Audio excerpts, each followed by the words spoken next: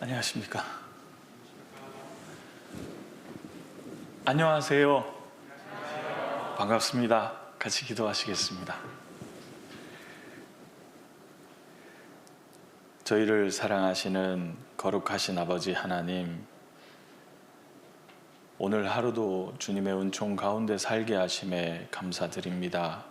특별히 어제와 오늘 2022 수도권 대학생 신입생 수련회를 갖게 해주셔서 새롭게 대학에 들어온 형제자매님들을 맞이하고 이제 이 대학 생활을 어떻게 해야 할지를 함께 결심하고 생각하는 시간을 갖게 해주심을 감사합니다. 모쪼록 이 수련회를 통해서 신입생 형제자매님들 주님 앞에서 어떠해야 할지를 생각하고 결심하는 귀한 시간 될 수 있도록 인도해 주시옵소서. 오직 주님의 도우심을 바라보고 이 시간도 주님의 선한 뜻을 나타내 주시기를 바라오며 저희를 참으로 사랑하시는 예수님의 이름으로 기도드립니다. 아멘. 고린도 후서 찾아보겠습니다. 고린도 후서입니다. 5장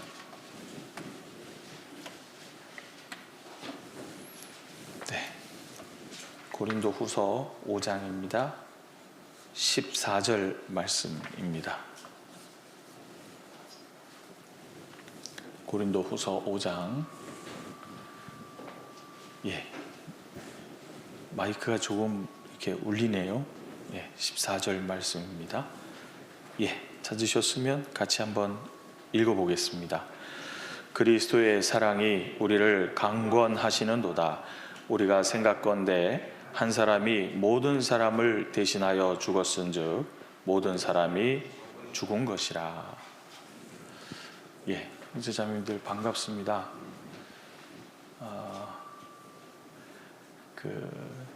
특송해 주신 우리 형제님들 감사합니다.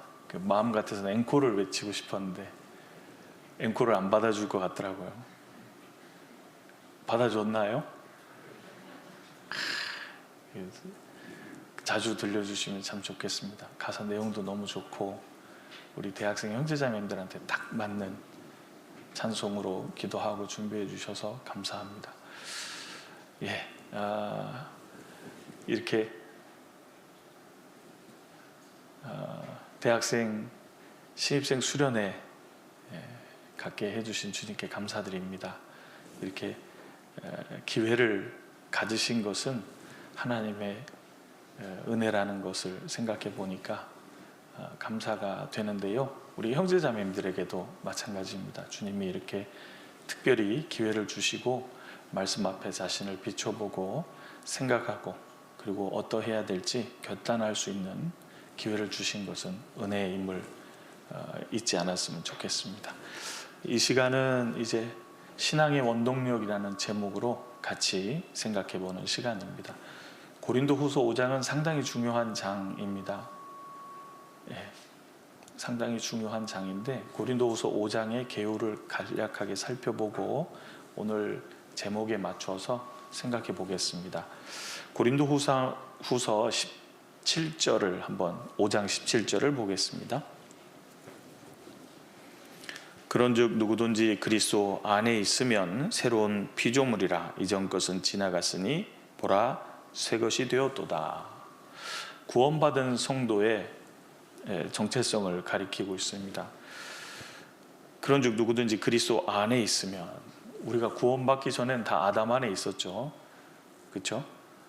예수 그리스도의 피로 구원함을 받을 때 비로소 예수 그리스도 안으로 들어오게 됩니다. 누구든지 그리스도 안에 있으면 새로운 피조물이라. 전과 전혀 달라진 주님의 창조의 능력에 의해서 새롭게 피조된 존재다라는 거예요. 새로운 피조물이라. 이전 것은 지나갔으니 보라 새 것이 되었도다. 예수 그리스도 안에서 새로운 피조물이 됩니다. 그래서 구원받은 성도들은 전에 살아가던 가치관과 목적과 달리 살아가게 되어 있습니다. 새로운 피조물이 되었기 때문입니다. 그런데 이렇게 새로운 피조물이 될 수 있었던 근거가 오늘 읽었던 14절입니다. 14절 그리스도의 사랑이 우리를 강권하시는도다. 우리가 생각건대 한 사람이 모든 사람을 대신하여 죽었은즉 모든 사람이 죽은 것이라. 이렇게 새로운 피조물이 될 수 있었던 것은 주님의 사랑 때문이었다라는 겁니다. 우리를 사랑하신 주님이 죽기까지 십자가에서 피 흘려 주심으로 우리의 모든 죄를 영원히 사하시고 그리스도 안에서 새로운 피조물이 될 수 있도록 만들어 주셨다는 겁니다. 그것이 그리스도의 사랑이에요. 그래서 성경대로 참 생명을 가진 거듭난 그리스도인들은요, 새로운 삶의 소망을 갖게 됩니다. 5장 1절입니다. 만일 땅에 있는 우리의 장막집이 무너지면 하나님께서 지으신 집, 곧 손으로 지은 것이 아니요 하늘에 있는 영원한 집이 우리에게 있는 줄 아나니. 부활의 소망을 갖고 살아간다, 그 말입니다. 이 세상이 끝이 아니라 부활의 소망을 가지고 살아가게 되죠. 그래서 새로운 피조물이 된 사람들은 부활의 소망, 예수님을 만난다는 그 소망을 가지고 살아가게 됩니다. 예수님을 만나는 소망을 가지고 살아가기 때문에 이런 모습으로 살아가죠. 7절입니다. 7절에서 9절입니다. 이는 우리가 믿음으로 행하고 보는 것으로 하지 아니함이로다. 그렇죠. 구원받기 전에 우리는 보는 것에 의해서 좌우가 됐죠. 구원받은 성도는 보는 것에 의해서 좌우되는 게 아니라 하나님의 말씀을 의지함으로 모든 것을 살펴보는 새로운 시선을 갖게 되는 거예요. 믿음으로 살아가게 됩니다. 오늘 찬송에도 나왔죠. 믿음으로 주님 뵈는 그날까지 살아가게 해달라는 그 찬송을 해주셨습니다. 그렇죠. 믿음으로 살아가게 됩니다. 그리고 8절 9절을 보면 우리는 주님을 기쁘시게 하기 위해서 살아가고 있다라는 목적을 말합니다. 우리가 담대하여 원하는 바는 차라리 몸을 떠나 주와 함께 거하는 그것이라. 9절은 같이 읽어볼까요? 그런즉 우리는 거하든지 떠나든지 주를 기쁘시게 하는 자 되기를 힘쓰노라. 그렇죠. 우리는 주님을 기쁘시게 하는 자 되기를 힘쓰고 살아가게 됩니다. 왜냐하면 우리 삶의 목적과 가치관이 전혀 달라졌거든요. 여기 볼까요? 15절. 저가 모든 사람을 대신하여 죽으심은 산자들로 하여금 다시는 저희 자신을 위하여 살지 않고, 그 다음에 같이 읽어보겠습니다. 오직 저희를 대신하여 죽었다가 다시 사신 자를 위하여 살게 하려 함이니라. 그렇죠. 우리를 구원해 주신 목적이 분명하게 써 있습니다. 오직 저희를 대신하여 죽었다가 다시 사신 자, 주님을 위해서 살게 하려 함이니라. 주님을 위해서 살아가는 거예요. 그렇죠? 그리고 이렇게 새로운 피조물이 된 사람들에게는 이제 전과 달리 새로운 일이 주어져 있습니다. 그것이 18절부터 보면 나옵니다. 18절. 모든 것이 하나님께로 났나니 저가 그리스도로 말미암아 우리를 자기와 화목하게 하시고 또 우리에게 화목하게 하는 직책을 주셨으니 이는 하나님께서 그리스도 안에 계시사 세상을 자기와 화목하게 하시며 저희의 죄를 저희에게 돌리지 아니하시고 화목하게 하는 말씀을 우리에게 부탁하셨느니라. 이러므로 우리가 그리스도를 대신하여 사신이 되어. 여기 사신은 그 앰버서더라는 대사라는 뜻입니다. 하나님 나라의 대사. 새로운 일을 가지고 살아가는 존재가 새로운 피조물이 된 그리스도인이다라는 겁니다. 그래서 이제 고린도후서 5장은요, 우리가 회개하고 복음을 믿어서 구원받았잖아요. 복음으로 인하여 이루어진 급격한 변화를 설명하는 장이라 굉장히 중요한 장이 됩니다. 그 중에 오늘 우리가 생각해 볼 것은 14절이죠. 14절 보겠습니다. 그리스도의 사랑이 우리를 강권하시는 도다. 구원받은 성도의 신앙의 원동력은 바로 이 그리스도의 사랑이라는 것을 설명해 주고 있습니다. 이 편지는 바울 사도가 쓰고 있는 건데요. 우리 모든 구원받은 성도들은 히브리서 12장 1절에 있는 것처럼 우리 앞에 당한 경주를 경주하는 중입니다. 한국말로는 경주가 두 번이 다 쓰이는데 실은 의미가 조금 다릅니다. 제가 앞에 써보면요, 이거 아니 이거 말고 뭐지? 화면이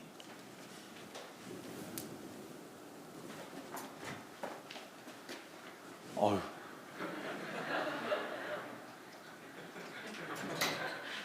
천사가 왔다 간 것 같습니다.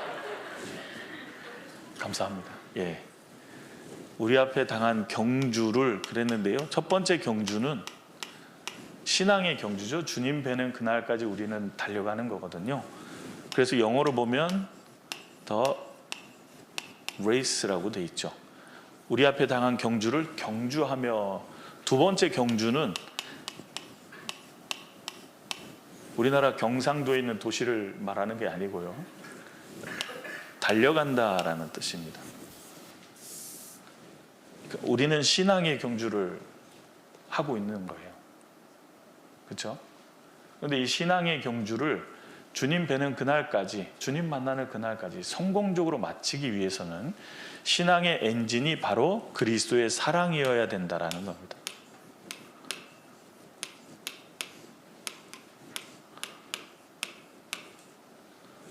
그래서 신앙의 원동력이라는 말은 한자니까 좀 어려우니까요. 우리식으로 쉽게 이해하려면 신앙의 엔진이 뭐여야 되냐라는 뜻입니다. 내 신앙을 돌리고 있는 엔진이 과연 뭐냐. 사도 바울께서는 성령의 감동으로 우리에게 써주기를, 우리 신앙의 엔진은 그리스도의 사랑일 때 주님 뵈는 그날까지 힘있게 살아갈 수 있다라고 말하고 있습니다. 그래서 사도 바울 자신이 그것의 증명이 됐죠. 우리 부르는 찬송 중에 오직 주의 사랑에 매여 이런 찬송 있죠. 사도 바울의 간증이기도 합니다. 주님의 사랑에 매여서 자기 목숨을 주님께 드리는 그날까지 힘있게 살아갈 수 있었던 거예요. 사도 바울의 신앙의 엔진은 그리스도의 사랑이었다는 겁니다. 그런 그가 고린도후서 5장 14절에 그리스도의 사랑이 우리를, 구원받은 성도들이죠, 우리를 강권한다, 이끈다는 거예요. 그리스도의 사랑에 매이고 그리스도의 사랑에 이끌릴 때 신앙생활의 경주를 완주할 수 있다는 겁니다. 그 엔진 얘기를 했잖아요. 이제 엔진이 뭐냐에 따라서 힘이 달라지는 거 아십니까? 자매님들은 잘 모를 거예요. 형제님들은 아마 잘 아실 텐데요. 우리가 살다 보면 탈 것이 있습니다.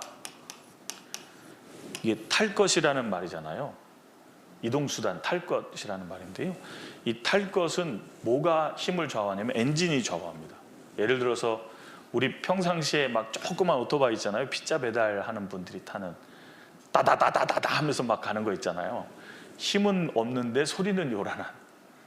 예를 들어서 이제 50cc짜리가 있어요. 이 50cc짜리 조그만 오토바이는요, 그냥 평지는 이동하는데 문제가 없습니다. 피자 배달도 할 수 있습니다. 근데 경사도가 15도 이상이 되면 못 올라갑니다. 그러면 어떻게 되냐면 내려서 이거 들고 뛰고 싶어집니다. 못 올라가거든요. 힘이 없다 그 말입니다. 뭐 물건을 옮기는 것은 물론이고 자기도 못 올라가요. 50cc짜리 엔진은 그렇습니다. 그런데 125cc만 되면 그런 경사는 올라갈 수 있습니다. 엔진에 의해서 달라지죠. 근데 오토바이가요, 600cc짜리가 있고 750cc짜리가 있고 1000cc짜리가 있고 1500, 막 2000 이런 cc짜리가 있거든요.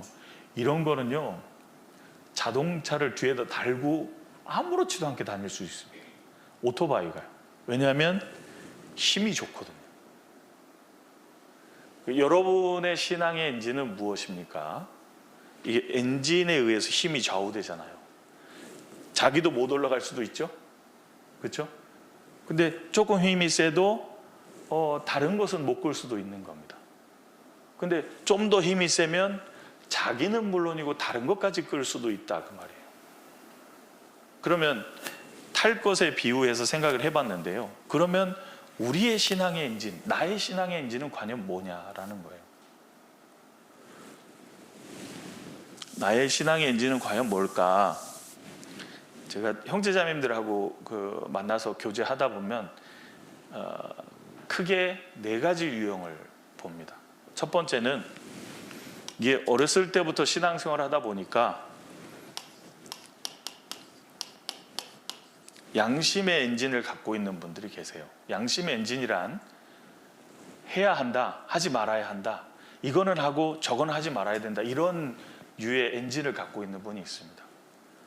그런데 이런 신앙생활은 의무적인 신앙생활밖에 못합니다. 해야 되거든요. 하지 말아야 되거든요.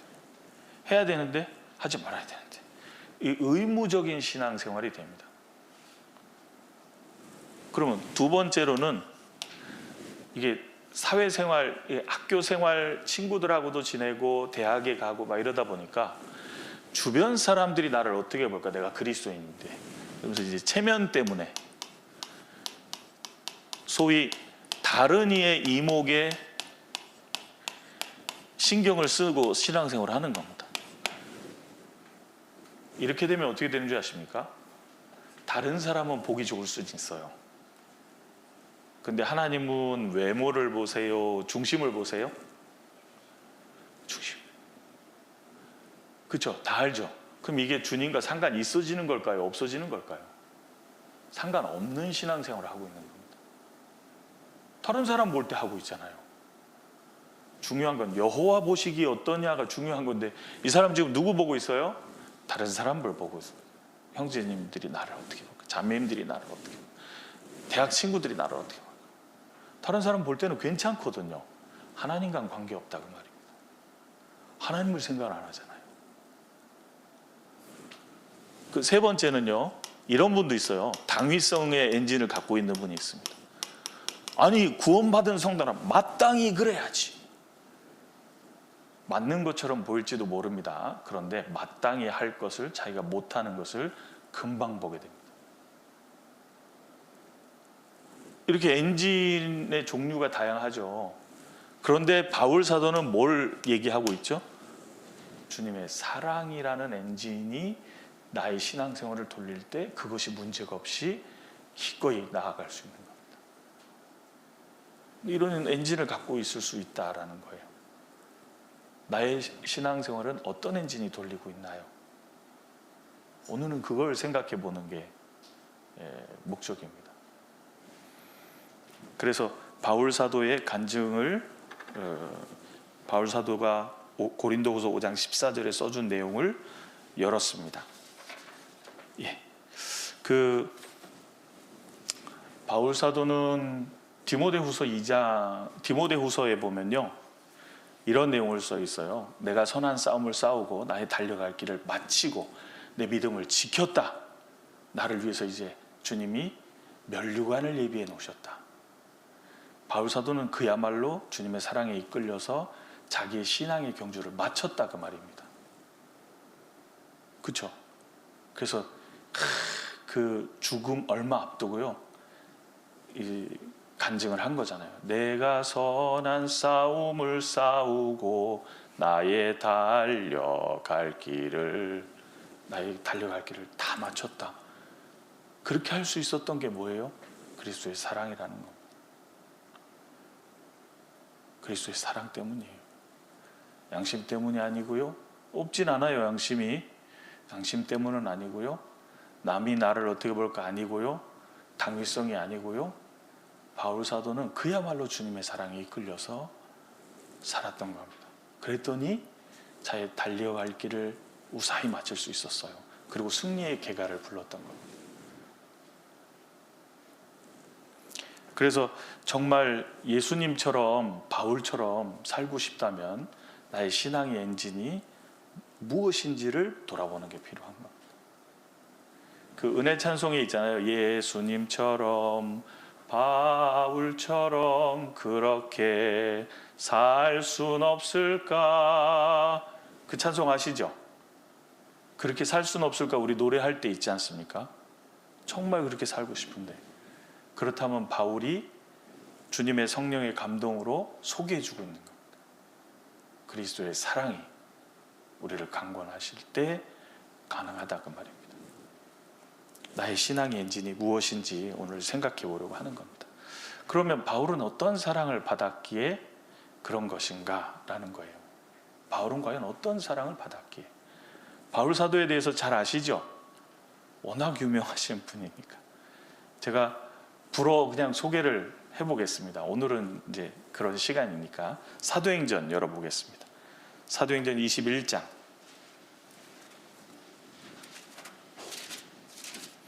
사도행전 21장 39절입니다.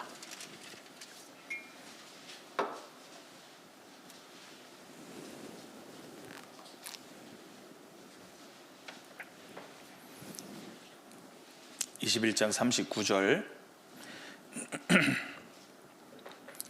예, 같이 읽어볼까요? 바울이 가로되 나는 유대인이라 소읍이 아닌 길리기아 다소성의 시민이니 청컨대 백성에게 말하기를 허락하라 하니. 바울이 가로되 그랬죠.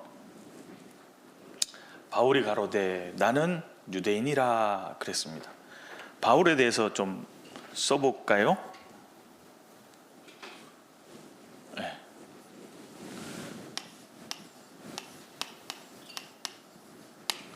바울은 말하기를 나는 유대인이라 그랬습니다. 이건 헬라식 이름입니다. 파울로스라고 했어요. 헬라식 이름입니다. 나는 유대인이라. 그 다음에 뭐라고 돼 있죠? 소읍이 무슨 뜻이에요? 소읍. 작은 마을. 작은 마을. 나사렛이라는 동네는 진짜 조그만 마을입니다. 소읍, 조그만 마을 사람이 아니다 나는. 뭐라 그랬어요? 길리기아 다소성의 시민이다 그랬습니다. 당시의 길리기아는요, 그 터키 지역인데요. 우리식으로 말하면 큰, 예를 들어 경기도 막 이렇게 큰 도예요. 그 도의 중심 도시입니다. 굉장히 유명한 도시였습니다. 문화나 교역의 중심이 됐던, 로마에서 아주 중요하게 여겼던 도시예요. 거기는 대학도 있었답니다. 굉장히 중요한 도시였던 거예요. 그런 대도시의 이름만 들으면 아는 대도시 시민입니다 라고 소개를 한 거예요. 누구든지 다 알거든요. 로마 전역의 사람들이 다소성 그럼 모르는 게 없어요. 그래서 그는 길리기아 다소라는 시티죠. 큰 대도시의 시민이다 그랬습니다. 뭐 뉴욕 맨하탄 아니면 서울 뭐 이런 거예요. 누구나 이름만 들으면 아는. 그 외국 사람들도 서울 그러면 알잖아요. 그런 것처럼 대표 도시인 겁니다. 길리기아 그러면 다소. 그런 대표 도시의 시민이다 라고 말했습니다. 그리고 유대인이라 소읍이 아닌 길리기아 다소성의 시민이라 하면서요, 바울 사도는 빌립보서 3장을 가보면 이렇게 계속 소개를 할 수 있습니다. 빌립보서 3장.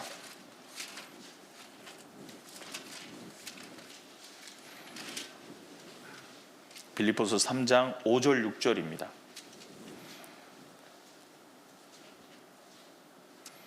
빌립보서 3장 5절 6절. 내가 8일 만에 할례를 받고 이스라엘의 족속이요 베냐민의 지파요 히브리인 중에 히브리인이요 율법으로는 바리새인이요 열심으로는 교회를 핍박하고 율법의 의로는 흠이 없는 자로다.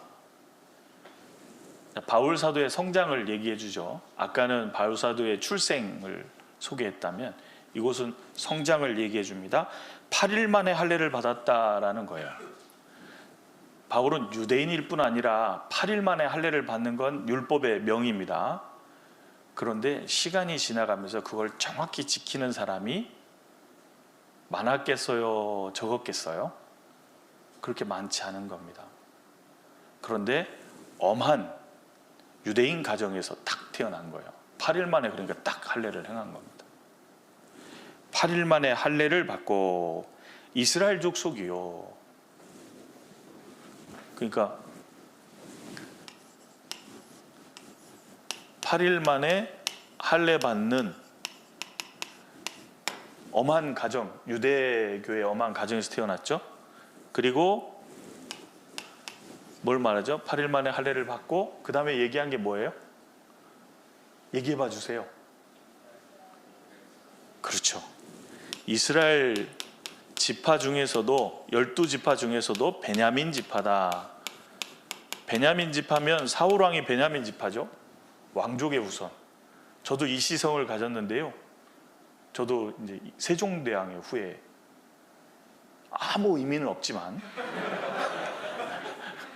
저도 이씨라. 예. 그래서 베냐민 지파의 후예다. 이렇게 정확히 자기가 어떤 출신인지, 어떤 성장 배경을 가졌는지 소개하고 있습니다. 그리고 히브리인 중에 히브리인이요.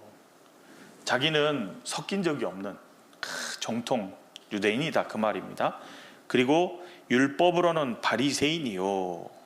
당시 가장 유명한 종파죠. 바리새인이요.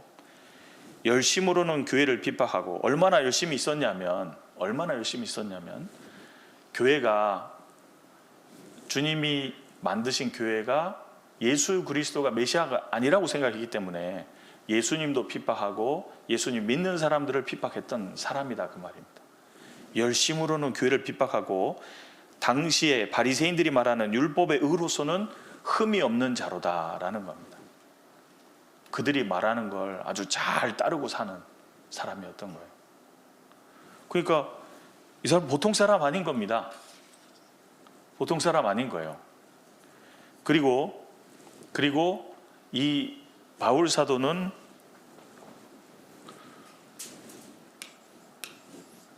열심히 있었고 바리새인이었죠. 바리새파였고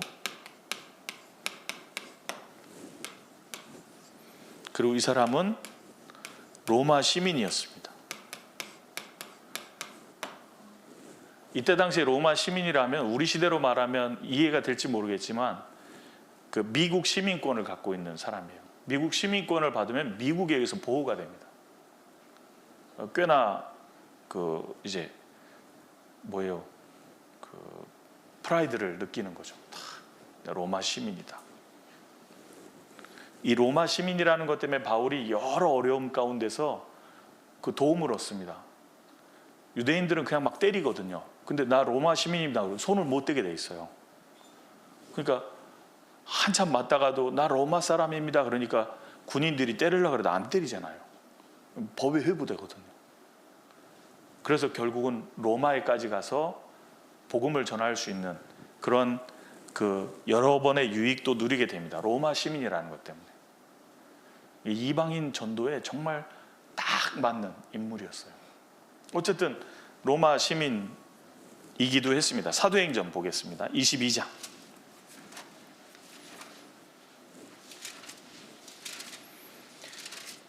22장 28절입니다. 22장 28절. 천부장이 대답하되 나는 돈을 많이 들여 이 시민권을 얻었노라. 바울이 가로되 나는 나면서부터로라 하니. 당시에 로마 시민권을요 돈을 많이 주면 살 수 있었던 것 같아요. 돈을 많이 주면. 근데 바울 사도는 그렇게 해서 얻은 시민이 아니고 나는 나면서부터 로마 시민이었다.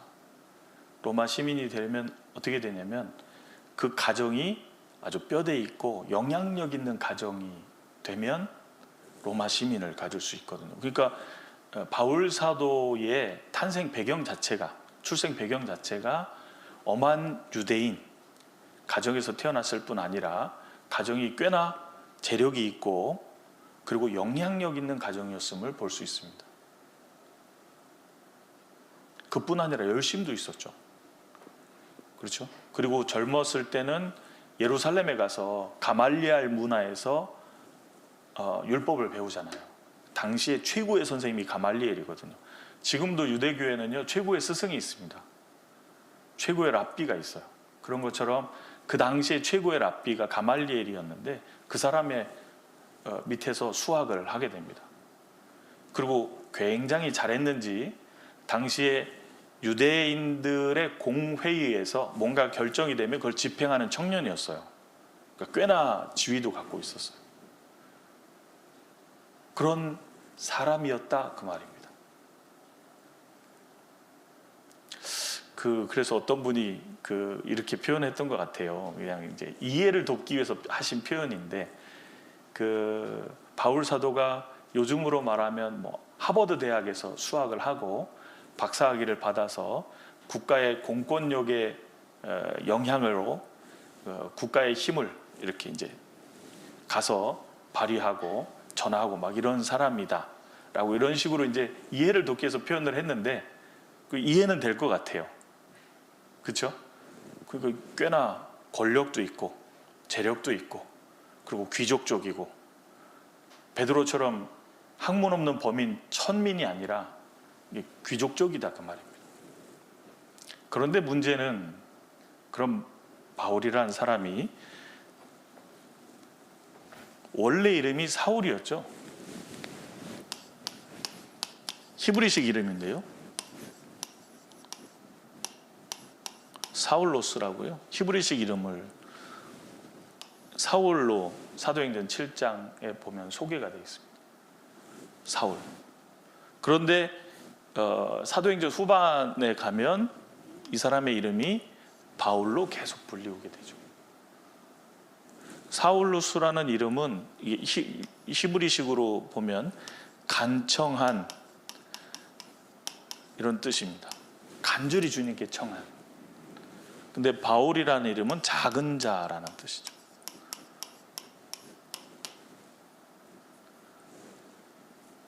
이렇게 이제 변모되는 걸 볼 수 있는데요. 그의 원래 모습은 어땠냐? 사도행전 7장입니다.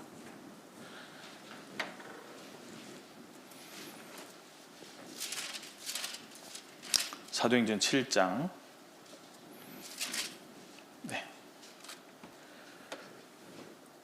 59절입니다. 7장 59절. 저희가 돌로 스데반을 치니 스데반이 부르짖어 가로되 주 예수여 내 영혼을 받으시옵소서 하고 무릎을 꿇고 크게 불러 가로되 주여 이 죄를 저들에게 돌리지 마옵소서 이 말을 하고 자니라. 스데반 집사님이 최초로 순교당할 때 바로 앞에 있었습니다. 58절입니다. 성 밖에 내치고 돌로 칠새 증인들이 옷을 벗어 사울이라 하는 청년의 발 앞에 두니라. 사울이 그때 같이 있었죠. 사울이 여기 같이 왜 있었을까? 왜 있었을까요? 사도행전 26장 보시겠습니다. 사도행전 26장 10절입니다.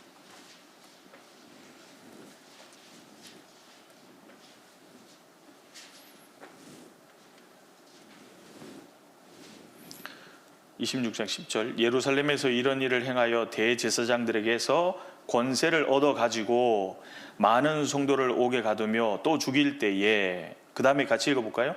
내가 가편투표를 하였고. 가편투표라는 말이 나오죠. 이게 무슨 말이냐면요, 고대 재판에서는 이런 형태가 있었습니다. 배심원들이 쭉 들어요. 이 사람 증인의 말도 듣고 원고의 말도 듣고 다 듣습니다. 그리고 다 듣고 결판을 내릴 때 배심원들이 두 돌을 갖고 있어요. 검은 돌과 흰 돌.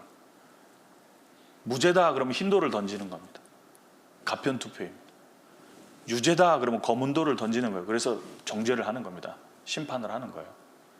근데 바울 사도는 사울은 뭐 했었다고요?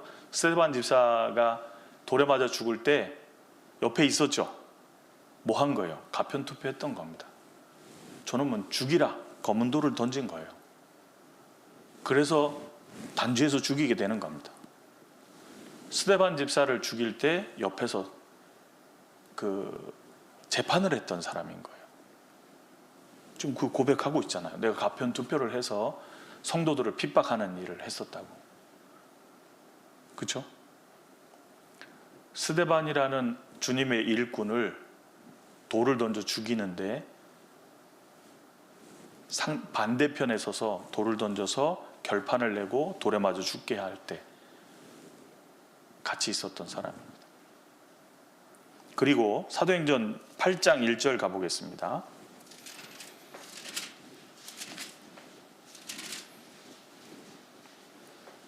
사도행전 8장 1절. 사울이 그의 죽임 당함을 마땅히 여기더라. 저런 놈은 죽어야지, 죽는 게 마땅하다 라고 생각한 거예요.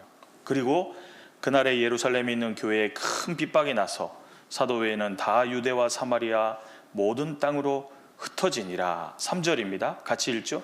사울이 교회를 잔멸할새 각 집에 들어가 남녀를 끌어다가 옥에 넘기니라. 사울이 그 이후에도 적극적으로 그리스도인들을 핍박하고 괴롭히고 폭행을 휘둘렀던 사람입니다. 여러분들 생각해 보세요. 눈만 뜨면 이상한 사람이 집 앞에 와서 괴롭힐 뿐 아니라 가족들을 폭행하고 나와 관련된 사람들을 회방하고 날마다 그런다고 생각해 봐요. 어떻게 할 것 같아요? 그 사람 좋겠어요? 여러분 어떠세요? 부모님을 회방할 뿐 아니라 직접적으로 막 손을 대고 못 살게 굴고 나와 관계된 모든 사람들을 괴롭힌다 그 말입니다. 말만 아니고요. 공권력을 휘둘르고 회방하고 핍박하고 폭행을 하는 거예요. 그런 사람이 사울입니다. 9장 1절.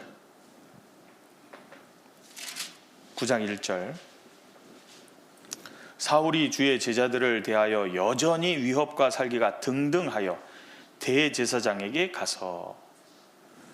오랜 세월 속에서 사울이 어떻게 했어요? 예수 믿는 사람들을 적극적으로 회방하고 핍박한 사람입니다.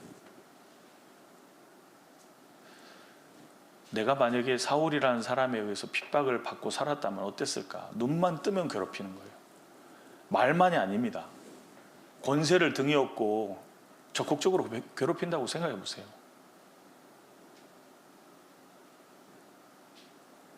그런데 이 사람이 왜 이렇게 이런 상태가 됐을까?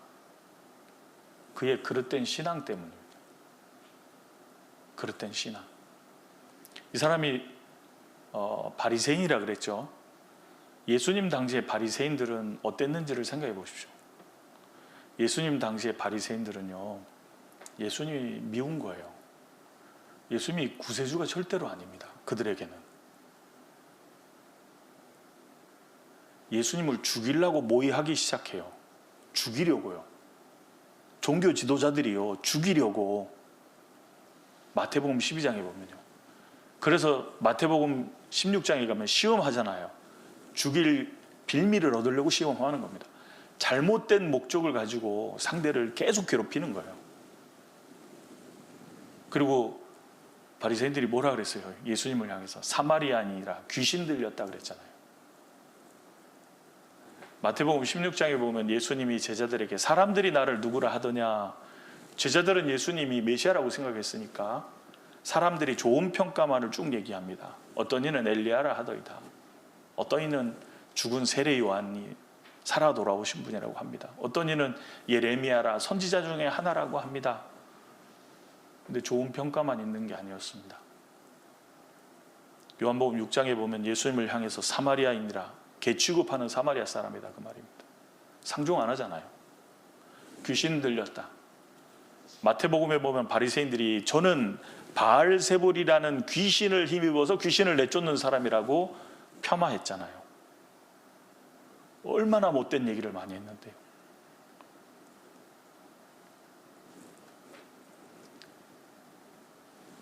그런 바리새인들하고 똑같은 관점을 갖고 있는 거예요. 그러니까 예수님에 대해서 저 사람은 메시아가 아니다라고 생각하는 겁니다.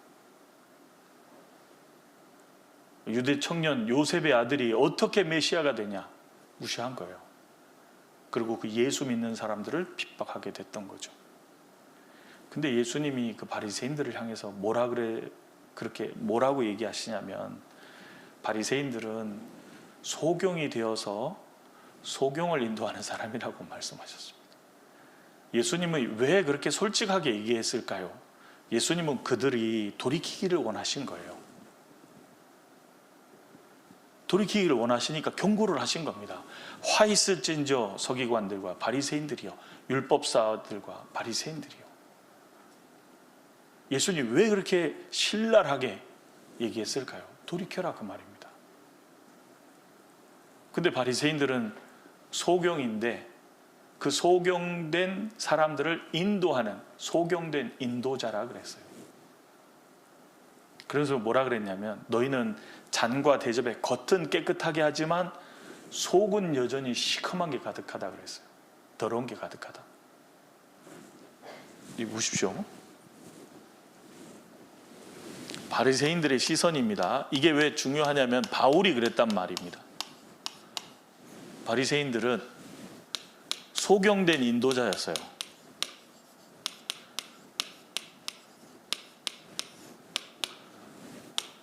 이들은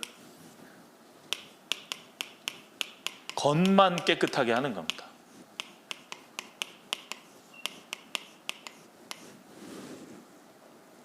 주님이 말씀하시는 건 뭐냐면, 주님이 말씀하시는 건 안이 깨끗해져서 겉으로 깨끗한 게 나오는, 이게 거듭나는 거잖아요. 이게 진짜 필요한데 이 사람들은 겉을 깨끗하게 만드니까 자기들이 괜찮은 줄 아는 거예요. 근데 속은 여전히 시커먼 게 가득하거든요. 주님은 속을 보시니까 합당치 않다 그 말입니다. 그런데 잔과 대접에 겉만 번드르르하게 자꾸 만들게 시키는 거예요. 주님은 안이 깨끗해져서 깨끗해진 결과로 겉이 깨끗해질 때 이것이 거듭나는 거고 이것이 모든 인간에게 필요한 거라고 얘기하고 계신 겁니다. 근데 그건 모른 채로 깨끗한 척을 하는 거예요.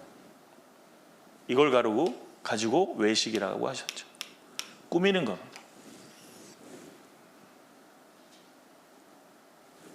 그러니까 생각해봐요. 깨끗하니까 자기를 깨끗하게, 모든 죄에서 깨끗하게 해주실 예수님이 필요해요, 안 필요해요? 안 필요하잖아요. 넌 메시아가 아니다 그런 겁니다. 그러니까 죽이려고 그랬잖아요. 죽이려고 모의하고 테스트하고 시험하고 유혹하고 걸리기만 해봐 그래가지고 교묘한 질문을 계속 던지잖아요. 이 바리새인들과 같은 신앙관을 가진 것이 사울이었다 그 말입니다. 그래서 예수님을 믿는 사람들을 그렇게 핍박한 거예요. 날마다 분에 차서요. 저런 놈들은 없어져야 된다.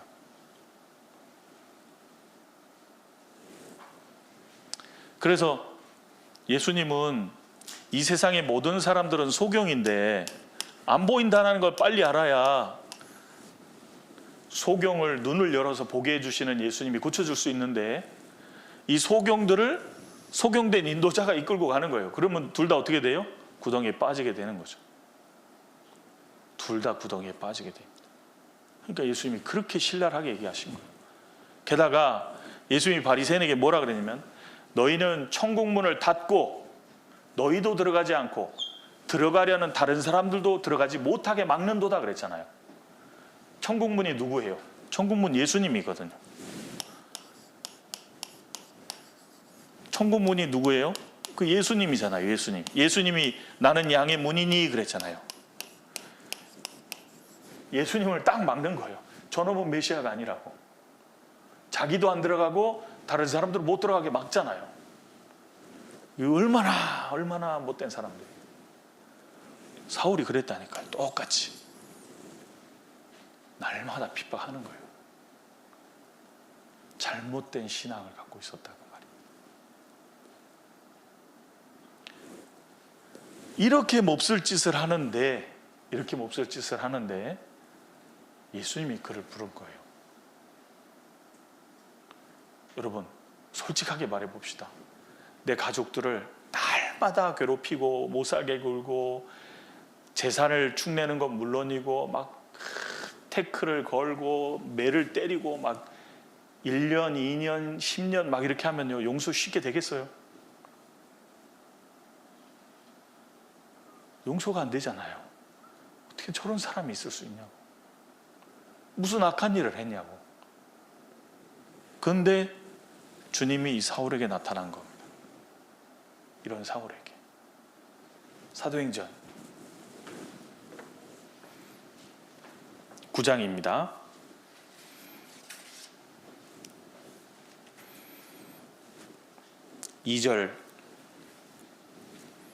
2절에서 5절입니다. 다메섹 여러 회당에 갈 공문을 청하니 이는 만일 그 돌을 좇는 사람을 만나면 물론 남녀하고 결박하여 예루살렘으로 잡아오려 함이라. 사울이 행하여 다메섹에 가까이 가더니 호련히 하늘로서 빛이 저를 둘러 비치는지라. 땅이 엎드러져 들음에 소리 있어 가라사대 사울아 사울아 내가 어찌하여 나를 핍박하느냐 하시거늘 대답하되 주여 니시오니이까. 같이 읽어볼까요? 가라사대 나는 내가 핍박하는 예수라. 저는 이 구절을 읽을 때요, 처음에 이렇게 읽혔어요. 제가 처음에 읽을 때 이 문장이 제 마음속에서 이렇게 읽혔습니다. 4절 보시면 땅에 엎드러져 들음에 소리 있어 가라사대 사울아 사울아 너 어찌하여 나를 핍박하느냐 이렇게 읽혔거든요. 그러니까 진짜 하나님의 사랑을 모르는 거예요. 구원은 받았는데 주님의 은혜와 사랑이 얼마나 풍성한지 모르니까요, 주님도 짜증나셨을 것 같은 거예요. 천만에요. 주님이 얼마나 사랑스럽게 부르셨겠어요. 이 무지한 사울아 사울아 니시오니까 네가 핍박하는 예수라. 주님의 그 은혜와 사랑은요 너무 풍성한 거예요. 이 사울에게도 똑같이 그 은혜와 사랑을 베풀어 주기 위해서 나타나셨잖아요. 이 은혜와 사랑을 이렇게 입게 되는 과정이 있었던 겁니다. 주님의 은혜와 사랑이 얼마나 풍성한지 그 에베소서 2장에 보면요, 우리가 구원받은 자체가 하나님의 은혜의 지극히 풍성함을 나타내기 위함이라고 되어 있습니다. 제가 지금 말씀드린 거 잘 다시 기억해 보세요. 우리가 구원받은 자체가 하나님의 은혜의 지극히 풍성함을 나타내는 거라고요. 어떤 분은 예? 그래요? 생각하실지 모릅니다. 제가 몇 가지를 들어볼게요. 그 하나님의 은혜의 지극히 풍성함이 나타난 실제 순간들을 제가 꺼내 보겠습니다. 요한복음 4장에 보면 사마리아 여자가 나옵니다. 이 여자는 6번째 남편하고 살고 있는 부정한 여인입니다. 동네 사람들은 싫어서 상종을 안 합니다. 그러니까 낮에 물길로 오겠죠. 그렇죠? 이 여인도 자기 이익을 위해서 다른 사람들과 관계도 끊고 살아가는 여인인 거예요. 예수님이 물 달라 하자 평소에 원한이 있었던 마음이 있잖아요. 스트레스 전이의 법칙 아십니까? 자기는 맨날 스트레스 받고 살거든요. 그러면 스트레스를 풀 기회만 되면 어떻게 해요? 거기다 풀잖아요. 스트레스 전이의 법칙 알아요?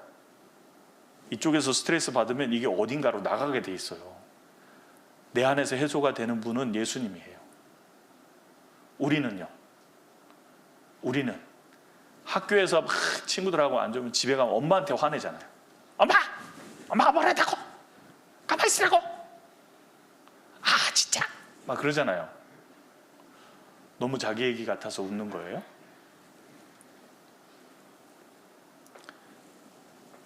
예. 그래서 우리는 그 스트레스를 반드시 누군가에게 전해주는데 사마리아 여인이 그랬잖아요. 늘 스트레스가 있거든요. 근데 유대인 딱 만나자 잘 만났다.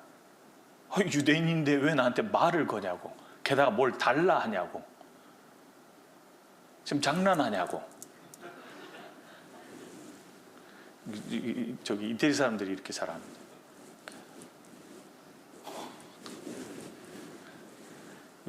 뭐 하냐고.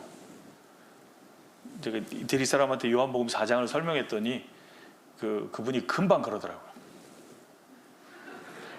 당신이 사마리아 여자면 어떻게 했겠습니까? 말 안 하고 이렇게 했을 거라고. 근데 공격을 하는 거예요. 예수님이 가만히 많이 계시면서요, 아이고 이 우물물 마시는 사람은 다시 목마르질 텐데 내가 너에게 주는 물을 마시면 영원히 목마르지 않을 텐데. 여인이 물에 관심이 있거든요. 그래요? 그런 물 있으면 좀 주시면 안 될까요? 이런 식으로 대화를 계속 해가시는 거예요. 그렇게 못되게 군 여인에게. 그래서 결국은 이 여인이 우리 그 말씀에 메시아가 온다고, 메시아가 오면 다 된다고 했습니다. 메시아에 대해서 얘기하자 내가 그러라. 그러면서 이 여인이 예수님이 메시아라는 걸 알게 됩니다. 그리고 동네로 뛰어들어가죠. 사마리아 여인은 뭘 나타내고 있는 거예요? 하나님의 지극히 은혜의 풍성함을 그 여인을 통해서 나타내고 있는 겁니다. 요한복음 8장에 보면 가늠하다 현장에서 잡힌 여인이 즉결 심판 받기 위해서 예수님 앞에 끌어옵니다. 사람들이 패대기 치고 돌을 들어서 모세의 율법에 이 여인 돌로 치라 그랬습니다. 율법은 맞습니다. 율법은 그게 맞아요. 근데 하나님의 은혜와 사랑은요, 그 여인을 구원하는 겁니다. 시편 89편에 보면 하나님의 보좌의 기초는 의와 공의라 그랬어요. 의와 공의, 행한 대로 심판한다 그 말입니다. 그러나 인자하심과 진실하심이 항상 그 앞서 행하심이니이다. 인자하심과 진실하심이 항상 먼저 주어지는 겁니다. 그 여인에게도, 가늠하다 현장에서 잡힌 여인에게도 하나님의 은혜의 지극히 풍성함이 나타나게 됩니다. 사람들이 분해서 돌로 치려고 하자 예수님이 바닥에 글을 쓰셨습니다. 너희 중에 죄 없는 자가 먼저 돌로 치라. 그렇죠. 심판은 죄 없으신 하나님이 하실 수 있는 거예요. 그러니까 나이 많은 사람부터요, 자기가 느끼거든요. 돌을 놓고 다 돌아갔습니다. 여인에게 물으셨어요. 누가 남았느냐? 아무도 남지 않았습니다. 예수님이 말씀하십니다. 나도 너를 정죄하지 않는다. 왜요? 그 여인도 죄사함으로 말미암는 구원을 얻어서 영생 얻게 하기 위해서 오신 분이거든요. 예수님이. 요한복음 8장에 나오는 가늠하다 현장에서 잡힌 여인도 하나님의 은혜의 지극히 풍성함이 나타난 여인입니다. 누가복음 23장에 예수님 옆에 죽어가던 강도 있잖아요. 둘이 처음엔 예수님을 똑같이 욕했습니다. 이 못된 놈들이거든요. 평생 못된 짓을 너무 해가지고 범벅이로 공개 처형 당하는 거거든요. 착한 일 한 적 없다 그 말입니다. 사람들이 이를 갈고 저런 못된 놈은 죽어야 돼 막 이런 사람인 거예요. 처음엔 같이 욕하지만 한 강도는 예수님을 보면서 하나님 두려운 마음이 들어온 거예요. 왜? 예수님 사람 같지 않거든요. 사람은 남에게 공격을 받고 모욕을 당하고 수치를 당하면요, 사람은 독을 뿜게 돼 있어요. 너는 얼마나 잘하냐 이렇게 돼 있습니다. 처음에는 받아들이는 것 같다가도요, 계속 정죄하면요, 나는 그렇게 살았다. 그럼 너는 깨끗하냐? 같이 싸우게 돼 있거든요. 근데 예수님은 고통받는 그 어떤 순간에도 끊임없이 주여 저들을 용서하여 주시옵소서. 저들은 무엇을 하는지 알지 못하고 하는 겁니다. 용서해 주기 위해서 오셨잖아요. 끊임없이 사람들을 향해서 사랑한 태도를 잃지 않는 겁니다. 한 강도는 예수님을 보면서 저분이 메시아가 맞구나. 그래서 자기의 영혼을 주님께 부탁하게 되죠. 주여 당신의 나라에 임하실 때 나 평생 못된 짓 너무 많이 했지만 나를 불쌍히 여겨주십시오. 예수님이요 야 넌 안 돼 이런 게 아니죠. 넌 양심도 없냐 이런 게 아니에요. 즉시로 받아줬어요. 네가 오늘 나와 함께 낙원에 있으리라. 주님의 은혜의 지극히 풍성함이 나타났죠. 그렇죠? 그 십자가에 죽어가던 강도, 평생 못된 짓만 일삼던 그 강도에게도 주님의 은혜의 풍성함이 나타났다 그 말입니다. 그뿐인가요? 구약에 보면 역대하에 므낫세라는 왕이 나옵니다. 히스기야의 아들입니다. 히스기야는 굉장히 신앙을 잘 지킨 왕 중에 하나죠. 그런데 그의 아들로 태어난 므낫세는 55년간 이스라엘을 다스리면서 못된 짓을 계속 일삼습니다. 그 므낫세의 죄 때문에 유다는 망하게 되잖아요. 근데 그 므낫세가요, 하나님이 주신 환난 속에서 아수르 왕에게 포로로 끌려가서 곤욕을 당하는 가운데 여호와가 참 하나님이라는 걸 비로소 알게 되고 돌이키니까 하나님이 받아줬거든요. 므낫세의 이름이 마태복음에 보면 예수님의 족보에 나옵니다. 그런 그도 주님이 받아줬다 그 말입니다. 은혜의 지극히 풍성함이 나타난 대표적인 인물인 거예요. 그런데 오늘 소개된 바울도 역시 마찬가지인 겁니다. 바울도 주님의 은혜의 지극히 풍성함이 나타난 인물로서 소개되는 겁니다. 이런 사람에게도 주님의 은혜가 임하는 거라면 하나님의 은혜에서 제외될 수 있는 사람은 없다라는 걸 보여주는 대표적 인물이 된 거예요.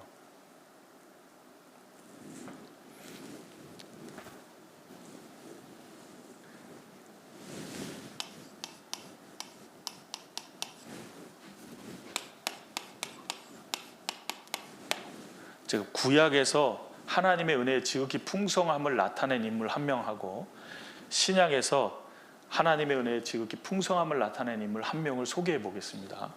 구약에서의 인물 중에 누구 한 명을 소개해 보시겠습니까?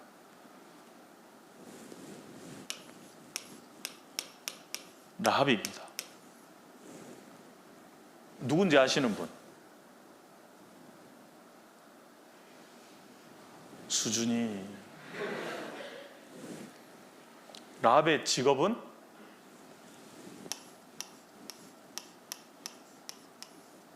율법의 기생 창녀는 돌로 쳐 죽이는 겁니다. 그런데 이 라합은 여리고성의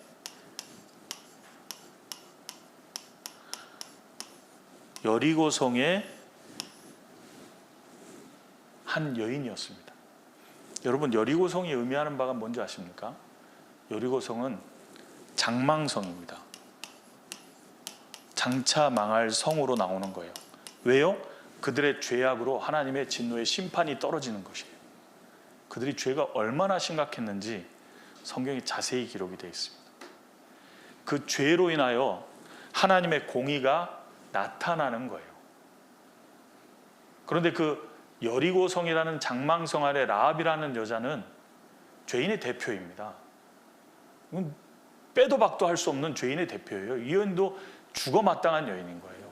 그런데 이 여인이 여호와 하나님이 정말 우리 성을 이스라엘 사람들에게 주시고 심판하실 것을 알게 됐습니다. 믿음을 갖게 됐죠.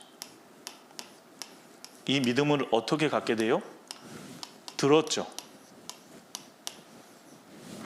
하나님의 말씀에 대해서 들었습니다. 하나님이 이스라엘에게 약속한 대로 이 성은 망하게 될 거고, 들었죠?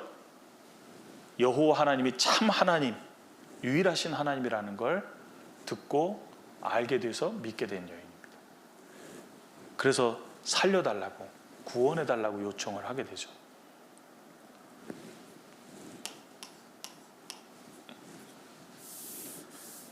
바로 이 믿음 때문에 장망성에서 살아나온 겁니다.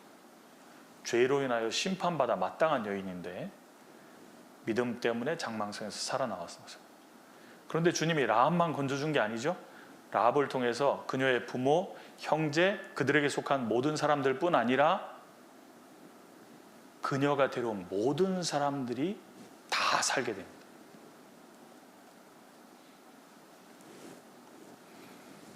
부모, 형제, 한자를 왜 썼지?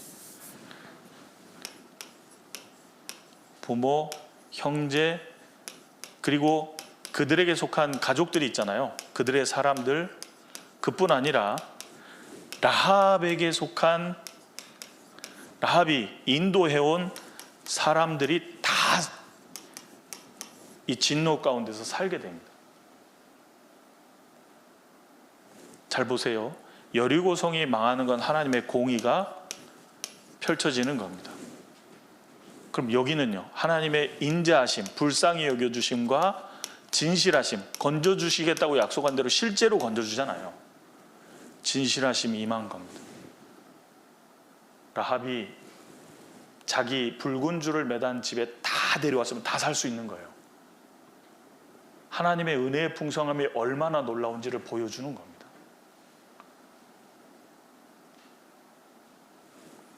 여러분, 우리가 라합이지 않습니까? 죄로 인하여 심판받아 마땅한 우리에게 하나님의 은혜의 지극히 풍성함이 임하게 됐던 거예요. 그래서 내가 구원받은 자체가 하나님의 은혜의 지극히 풍성함이 나타난 것이라는 겁니다. 구약의 대표적인 인물로 라합이 소개되어 있는 겁니다. 그런데 여러분 잘 보셔요. 이렇게 구원만 받아도 굉장한 영광이잖아요. 그렇지 않습니까? 근데 라합에게 주어진 놀라운 축복이 여기서 끝난 게 아닙니다. 장망성에서 구원을 받았죠. 구원에서 끝난 게 아니고요. 이 여인이 어디에 들어가게 되냐면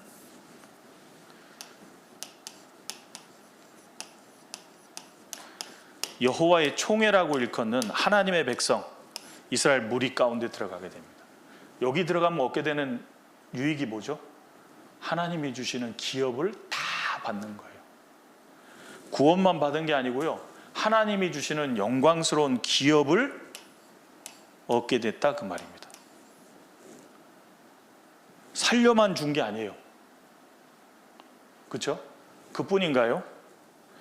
여기서 진짜 영광을 얻게 되는 것이 뭐냐면 라합이요, 이스라엘 백성들 가운데 들어와서 정탐꾼 중에 한 명인 살몬하고 결혼을 하게 됩니다. 자식을 낳았는데 보아스예요. 자식을 낳았는데 보아스입니다. 보아스가 예수 그리스도의 족보에 그대로 오르게 되죠. 라합은 예수 그리스도의 족보에 딱 연결이 됩니다. 예수님과 연결되는 거예요. 무슨 의미냐 하면 구원받은 우리는요, 예수님이 만왕의 왕으로 저 높은 영광스러운 보좌에 앉으실 때 구원받은 성도는 24보좌 예수님 옆에 쫙 앉게 됩니다. 왜요? 신부거든요. 왕의 신부로서 옆에 같이 영광스러운 위치를 얻게 되는, 영광을 얻는 거예요. 우리가 잘해서가 아니죠. 예수님이 신랑이잖아요. 그분이 놀라운 분이기 때문에 우리는 자연스럽게 그 위치와 영광을 얻게 되는 겁니다. 은혜자 그 말입니다. 신랑이 대통령이면 신부가 누가 돼요? 신랑이 대통령이면 신부가? 네? 신랑이 대통령이면 신부가 영부인이 되죠. 신랑이 임금이면 신부는 왕비가 됩니다. 신랑에 의해서 아내는 그 영광을 같이 누리는 거예요. 그것처럼 우리는 죄와 허물로 죽어 지옥 갈 수밖에 없는 사람인데 건져주셨을 뿐 아니라 천국의 성도의 기업을 얻게 하시고 그리고 주님의 영광스러운 위치를 같이 갖게 만들어 주셨다라는 걸 보여주는 모형이 라합인 겁니다. 은혜가 지극히 풍성하시다는 걸 보여주는 거예요. 우리는 구원받았을 뿐 아니라 주님이 주시는 영원한 기업, 후사가 되고요. 그뿐 아니라 예수 그리스도의 신부로서 영광을 얻게 됐다라는 겁니다. 은혜가 얼마나 풍성한지를 보여주는 거예요. 이 라합이 누구예요? 우리 각자라는 겁니다. 주님은 우리를 통해서 건져질 사람들도 보고 계신 거예요. 주님의 은혜의 풍성함을 다른 여러 사람에게도 나타내는 것을 원한다 그 말입니다. 예. 아무도 안 왔어요. 자, 구약의 하나님의 지극히 은혜의 풍성함을 보여주는 대표적인 인물의 라합이라면 신약엔 누군가요? 바로 바울입니다. 디모데전서 보겠습니다. 디모데전서 1장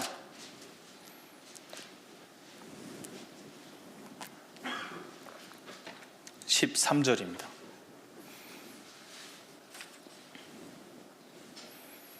1장 13절 같이 읽어보겠습니다. 내가 전에는 회방자요 핍박자요 포행자이었으나 도리어 긍휼을 입은 것은 내가 믿지 아니할 때에 알지 못하고 행하였음이라. 내가 전에는 회방자요 그랬는데요, 그 한글로 보면 그냥 회방했다 뭐 이런 뜻으로 보이는데, 원어에 보면 무슨 의미냐면 하나님을 회방한 사람이라는 겁니다. 알지 못하고 하나님을 회방한 거예요.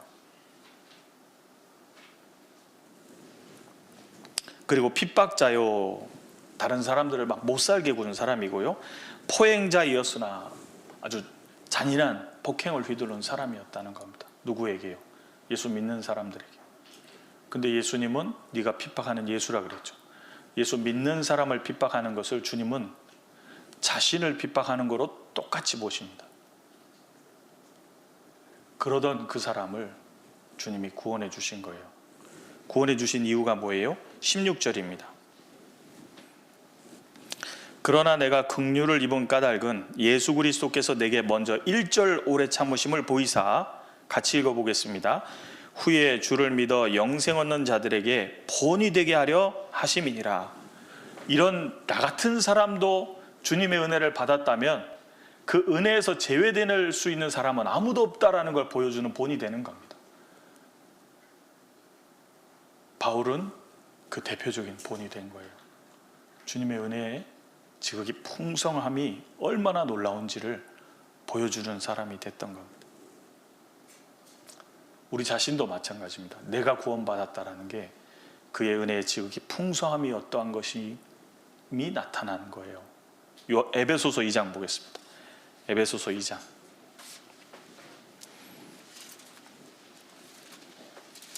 에베소서 2장입니다.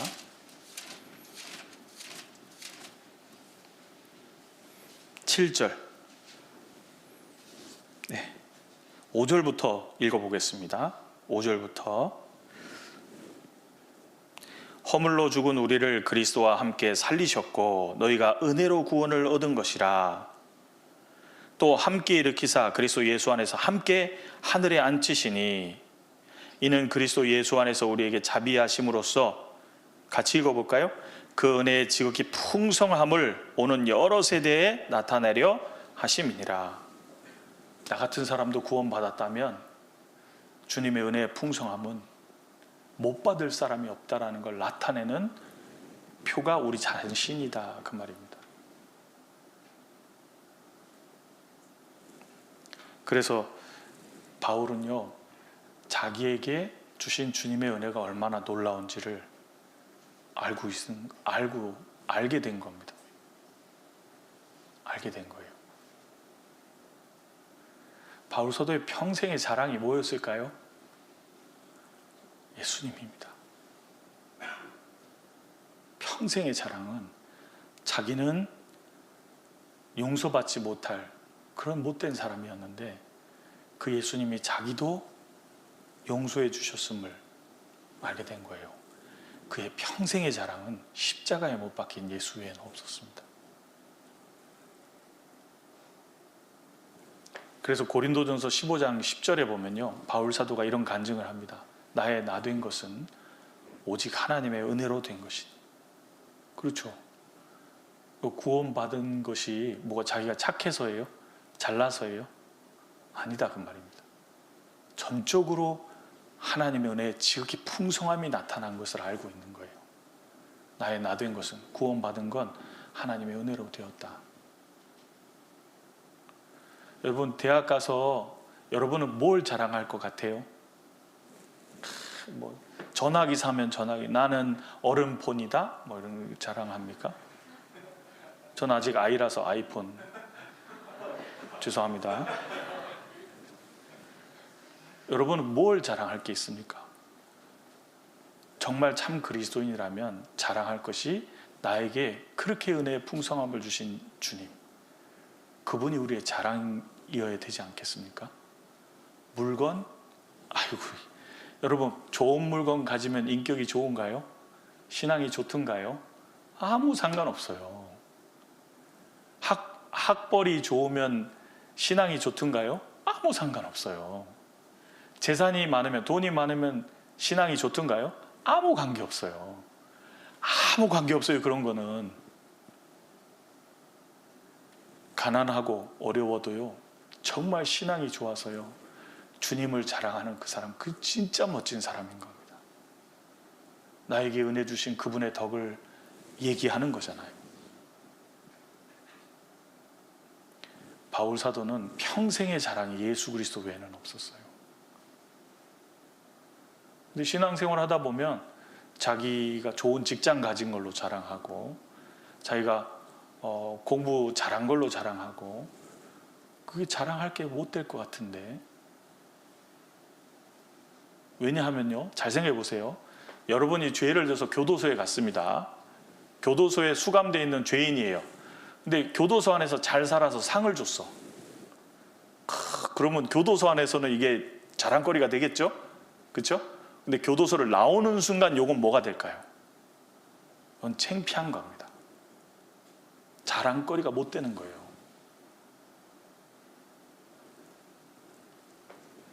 구원받기 전에 죄와 관계된 모든 것은 자랑거리가 못 돼요. 바울 사도의 평생의 자랑을 생각해 보십시오. 예수 그리스도였잖아요. 우리는 어떤가요? 그런데 예수님의 은혜와 사랑이 얼마나 풍성한지를 모르면 자기 자랑을 하는 거예요. 자랑할 것이 자기가 되는 겁니다. 어리석은 모습이죠. 신앙이 어리면 그럴 수 있어요. 그러나 합당치 않은 겁니다. 자랑하려면 오직 예수 그리스도로 자랑할 것밖에 우리는 없는 거예요. 고린도전서 15장입니다.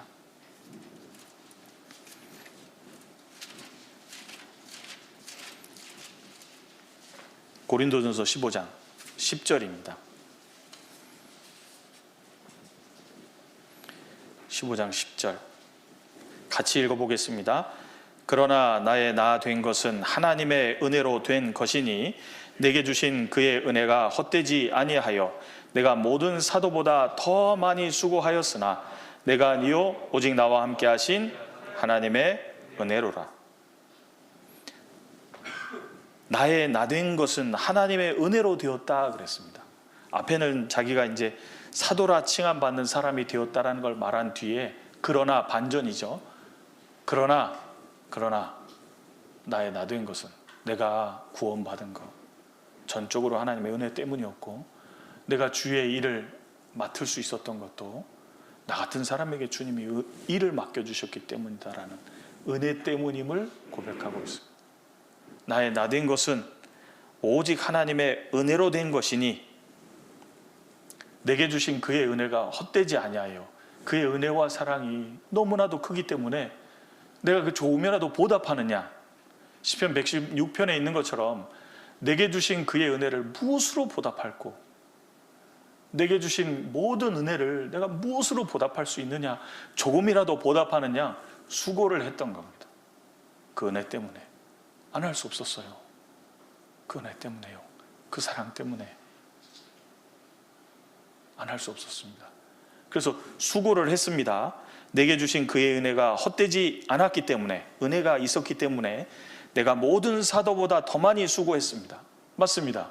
모든 사도보다 정말 더 많이 수고했습니다. 그런데 그 수고의 근거도 주님의 은혜 때문이었다 그러잖아요. 그 은혜와 사랑 때문입니다. 그리고 이것도 내가 아니요 오직 나와 함께 하신 하나님의 은혜로라. 왜요? 하나님의 공급하시는 힘으로 할 수 있었기 때문입니다. 자기의 힘과 능력과 지혜로 모든 일이 된 게 아니잖아요. 가는 데마다 구원받는 사람 생기고, 가는 데마다 교회가 생기고, 가는 데마다 교회가 든든하게 되고, 이런 모든 일들은 자기의 힘이나 지혜나 능력으로 된 것이 아니다 그 말입니다. 오직 주님이 함께 하셨고, 주님이 힘을 주셨고, 때를 따라 지혜 주셨고, 능력을 주셨기 때문이었지 이게 내 것이 아니다라는 겁니다. 얼마나 멋집니까? 바울 사도의 생애는 주님의 사랑에 강권된 삶이었다라는 겁니다. 그래서 예수님이 우리의 죄를 다 씻어주시고 우리가 이 땅에서 살아갈 수 있도록 주님의 영, 거룩한 영을 부어주셔서 거룩한 삶을 살아갈 수 있도록 해주시고, 진리의 영을 부어주셔서 진리를 따라 살아가도록 해주시고, 선한 영이기 때문에 선한 일을 사모하고 살아갈 수 있도록 해주신 것이고, 그렇죠? 정직한 영이니까 주님 앞에서 정직하게 살아가게 만들어 주신 거잖아요. 이 내가 착하거나 내가 의롭거나 이런 게 아니지 않습니까? 바울 사도는 그걸 분명히 알고 있는 겁니다. 그래서 그의 삶은 그야말로 그리스도의 사랑에 이끌린 삶이었던 거예요. 여러분, 주님의 사랑에 이끌리면 모든 문제가 해결되는 거 아십니까? 제가 성경을 이렇게 쭉 보다 보니까요, 사랑에 이끌리는 사람들의 기가 막힌 모습이 있습니다. 첫 번째, 사랑에 이끌리면요, 이 어두운 세상 가운데서, 죄악된 세상 가운데서 자기를 딱 지키게 돼 있습니다. 유다서 1장입니다.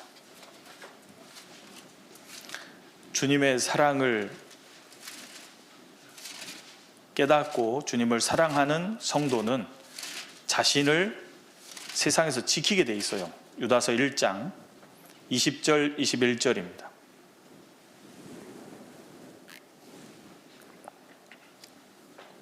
같이 읽어보겠습니다. 사랑하는 자들아, 너희는 너희의 지극히 거룩한 믿음 위에 자기를 건축하며 성령으로 기도하며 하나님의 사랑 안에서 자기를 지키며 영생에 이르도록 우리 주 예수 그리스도의 긍휼을 기다리라.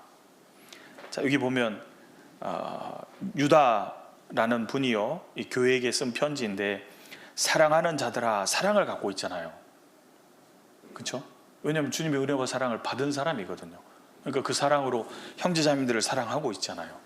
사랑하는 자들아, 너희는, 구원받은 성도들입니다, 너희의 지극히 거룩한 믿음 위에, 주님이 우리 구원받을 때 거룩한 믿음도 주셨잖아요. 그 믿음 위에 자기를 건축하게 되는 거예요. 예수 그리스도라는 믿음의 반석 위에 자신을 건축하는 것이 신앙생활이잖아요. 건축하며 성령으로 기도하며, 성령으로 기도한다는 말이 쉽게 이해할 수 있게 표현을 하자면, 요한복음 6장 63절에 내가 너희에게 말한 것이 곧 영이요 생명이라 그랬잖아요. 말씀이 영이고 생명이거든요. 영, 성령으로 기도하며라는 말은 하나님의 말씀을 따라서 기도하라, 그 말입니다. 성령으로 기도하며 하나님의 사랑 안에서 자기를 지키며, 그렇죠, 사랑하는 사람이 자기를 지키게 돼 있어요. 사랑하는 사람이. 우리나라의 그 아주 교훈적인 이야기가 있잖아요. 춘향전. 이몽룡이 이제 한양에 과거보로 갔고, 춘향이는 이제 신랑이 오는 날을 기다리고 있는데, 어느 날 그 고을에 변사또라고, 성격이 변 같은 사또가 들어와가지고 수청을 들라. 어머니가 이제 직업이 그렇다 보니까 딸에게도 이제 강요를 한 겁니다. 나는 신랑이 있는 사람입니다. 그럴 수 없습니다. 정절을 지키니까 괴롭혔죠. 그렇죠? 근데 춘향이가요, 안 오는 거 보니까 뭐 긁는 것 같은데, 정절을 안 지키고요, 오케이 그러고 수청을 들면 이제 그 이야기는 굉장히 이상해지잖아요. 자기의 정절을 딱 지키고 신랑이 거렁뱅이가 된 모습으로 옥에 찾아왔을 때도요, 그 낭구님 식사했는지를 걱정하잖아요. 사랑하니까 자기를 딱 지키잖아요. 정절을 지키잖아요. 사랑하는 사람이 정절 지키는 건 쉬운 겁니다. 어려운 게 아니에요. 네덜란드의 어떤 할머니가 70 중반의 할머니가 70 초반의 할아버지랑 이제 사랑해서 결혼을 하게 됐답니다. 근데 할아버지가 이제 그 청혼을 하면서 한 가지 할머니에게 부탁을 했대요. 내가 다른 건 다 좋은데 난 담배는 딱 싫다고.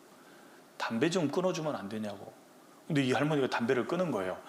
자기 생애 속에 담배와 함께 살아온 인생인데 금연을 해보려고 그렇게 노력해도 안 됐던 거거든요. 근데 70대 중반에 사랑하는 남편이 담배 좀 끊어주면 좋겠다 그러는 얘기를 듣고요, 끊을게요. 끊은 거예요. 그리고 신문에 기사를, 그 할머니의 기사가 실리게 됩니다. 그 할머니가 뭐라 그랬냐면요, 나는 평생 양심의 힘보다 사랑의 힘이 강하다라는 걸 이번에 확실히 알았다는 겁니다. 자기 스스로 막 끊어보려고 아무리 해도 안 됐거든요. 근데 사랑에 딱 이끌리니까 쉽게 되더라, 그 말입니다. 하나님 주님의 사랑으로 자기를 지킬 수 있는 거예요. 사랑하지 않으면 자기를 못 지킵니다. 못 지켜요. 못 지키는 이유를 가만히 보세요. 그 사랑이 식어진 겁니다. 그래서 성경에 보면요, 이런 내용 나오는 거 아십니까? 성경에 보면 그 에베소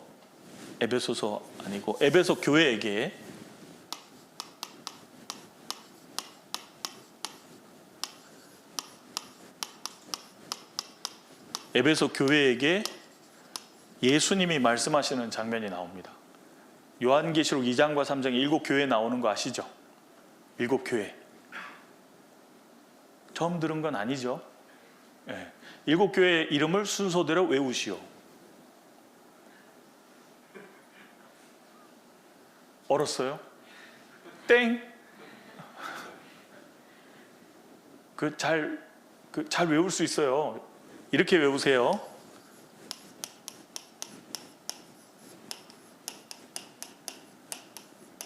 예수님이 사시는 빌라입니다.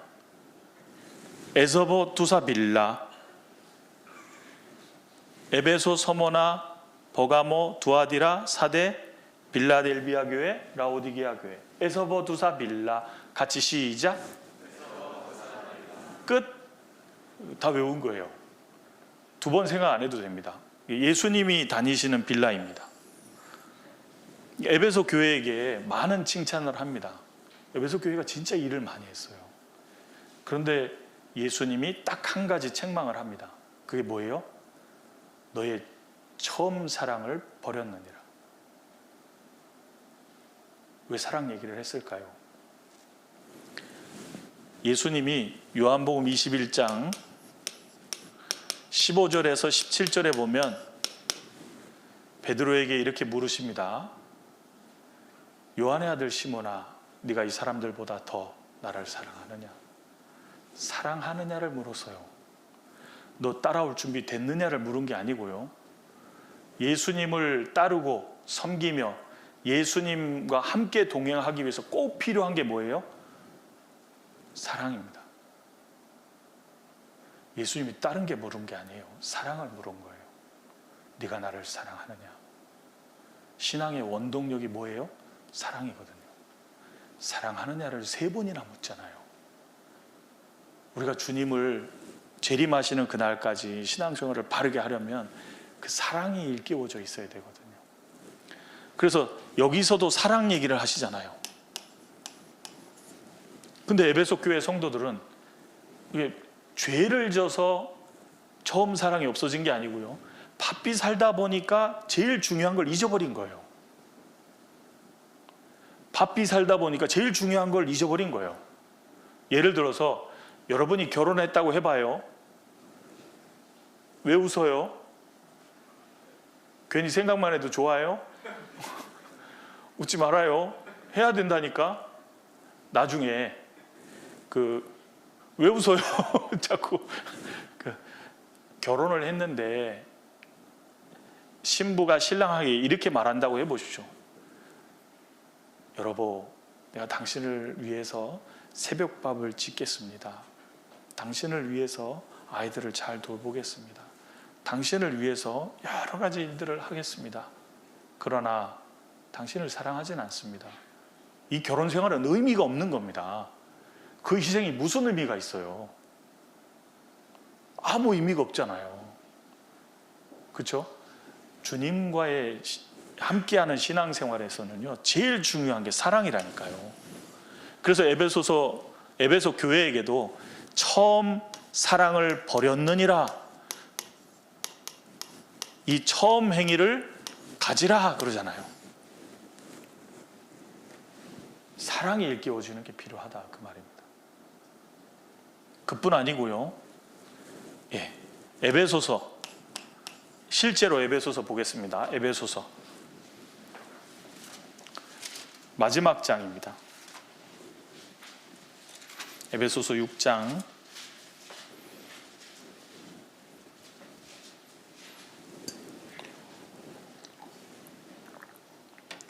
24절을 같이 읽어보겠습니다. 우리 주 예수 그리스도를 변함없이 사랑하는 모든 자에게, 그렇죠, 변함없이 주님을 사랑하는 모든 성도에게는 주님의 은혜가 계속 있게 되어 있습니다. 그러니까 그 은혜 속에서 살아갈 수 있는 거예요. 우리는 주님 오시는 그날까지 많은 은혜가 필요합니다. 왜요? 잘못하는 게 많아요. 주님의 도움이 필요한 것도 많아요. 필요해요? 안 필요해요? 필요해요. 그런데 사도 바울이 변함없이 사랑하는 모든 자에게는 주님의 은혜가 온다 그러잖아요. 주님이 반드시 도와준다고 말입니다.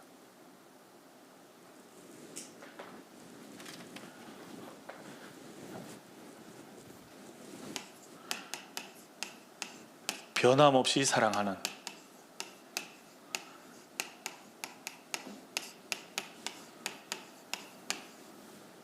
그렇죠?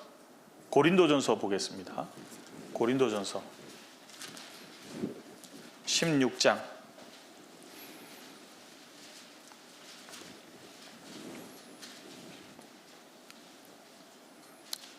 22절, 고린도전서 16장 22절 같이 읽어보겠습니다. 만일 누구든지 주를 사랑하지 아니하거든 저주를 받을지어다. 주께서, 마지막 인사가 굉장히 무시무시하지 않아요? 교회 서신인데 마지막 인사가요, 여기 보시면 만일 누구든지예요. 주를 사랑하지 아니하거든. 그렇죠. 누가 7년 환란에 들어가서 심판을 받게 되나요? 주를 사랑하지 않는 사람들이잖아요. 진리의 사랑을 받아들이지 않는 사람들이 진노의 심판에 들어가는 거잖아요. 주를 사랑하지 않는 사람들, 저주를 받게 된다는 말입니다. 그럼 구원받은 성도들은 뭐예요? 구원받은 성도들은 주님을 사랑하거든요. 그러니까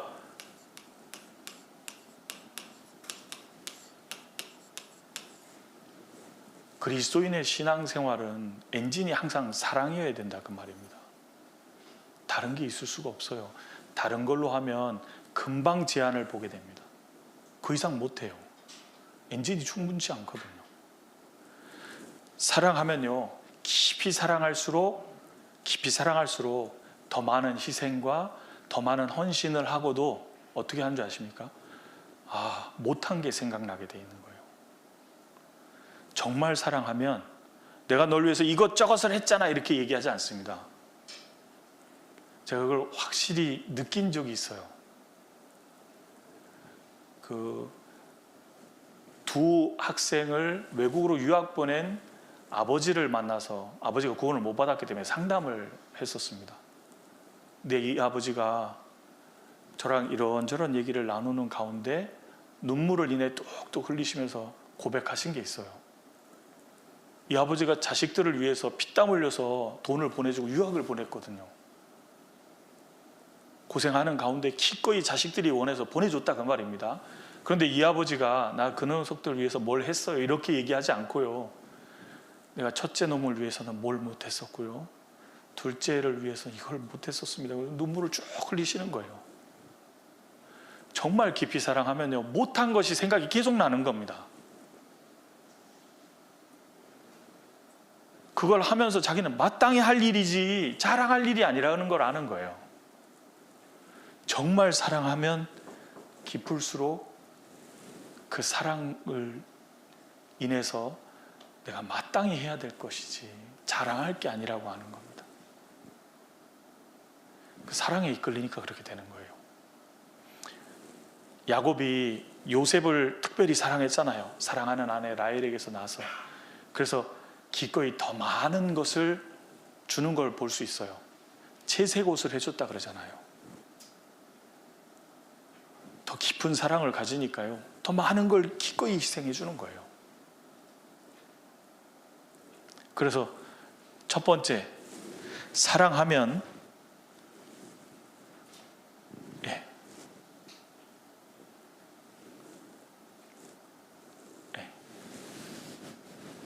사랑하면 자기를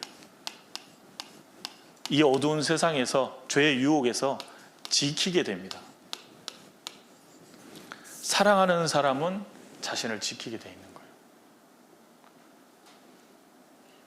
정말 이 세상에서요, 유혹되지 않고 구별돼서 뚜렷하게 살아가려면요, 주님의 사랑을 일깨우는 게 필요한 겁니다. 그리고 두 번째로는요, 사랑하면 유혹도 떨쳐낼 수 있습니다. 창세기 39장에 보면 요셉이라는 사람이 나오는데요, 주인 마님이 동침하자고 유혹을 합니다. 여러분, 그때는 주인 마님에 의해서 모든 게 되는 시대거든요. 게다가 노예는 사람이 아니에요. 시키는 대로 해야 되거든요. 그런데 노예인 주제에 내가 하나님 앞에서 어떻게 득죄할 수 있겠습니까? 그러고 딱 구별되는 거 봐요. 왜요? 하나님을 향한 사랑이 있고 하나님을 향한 경외가 있고 하나님을 바라보니까요, 자기를 딱 구별시키잖아요. 유혹 가운데서도. 그 유혹 속에서도 이길 수 있는 기초가 바로 사랑이라는 겁니다. 정죄를 지키잖아요. 그리고 유혹도 이겨내잖아요.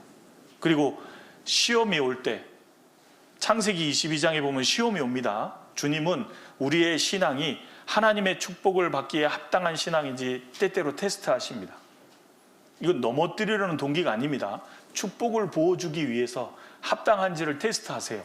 그 테스트가 딱 있을 때 하나님을 가장 사랑하는 그 사람은 거기에 걸리질 않습니다.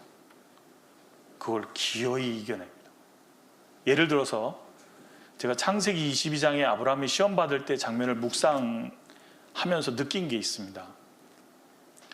창세기 22장에 보면 하나님이 내 독자 이삭을 내게 제물로 바치라 그랬어요. 근데 저는 대번에 생각나는 게 뭐냐면, 하나님, 줄 때는 언제고요? 지금 죽이라고 하십니까? 뭔가 잘못된 게 아닙니까? 하나님, 나 이해가 안 됩니다. 정말? 이건 뭐지? 이렇게 반문했을 것 같아요. 그리고 이율배반적인 이야기라고 계속 생각했을 것 같습니다. 근데 아브라함은 하나님의 말씀을 마음에 둔 사람입니다. 하나님의 말씀이 뭐였죠? 네가 네 아내에게서 낳는 그 아들이 약속의 자손이고 그를 인하여 큰 민족을 이룰 뿐 아니라 메시아가 올 거라는 약속을 했거든요. 아브라함의 마음속에는 말씀을 딱 넣어놓은 게 있어요. 그러니까 아침에 일찍 일어나서 제사 드리러 올라가는 거 봐요. 그리고 사환들을 두고 이렇게 말했습니다. 이삭하고 우리가 제사하고 우리가 돌아오겠다 그랬어요. 말뜻이 뭐죠? 제사하면 이삭은 놓고 오는 거잖아요.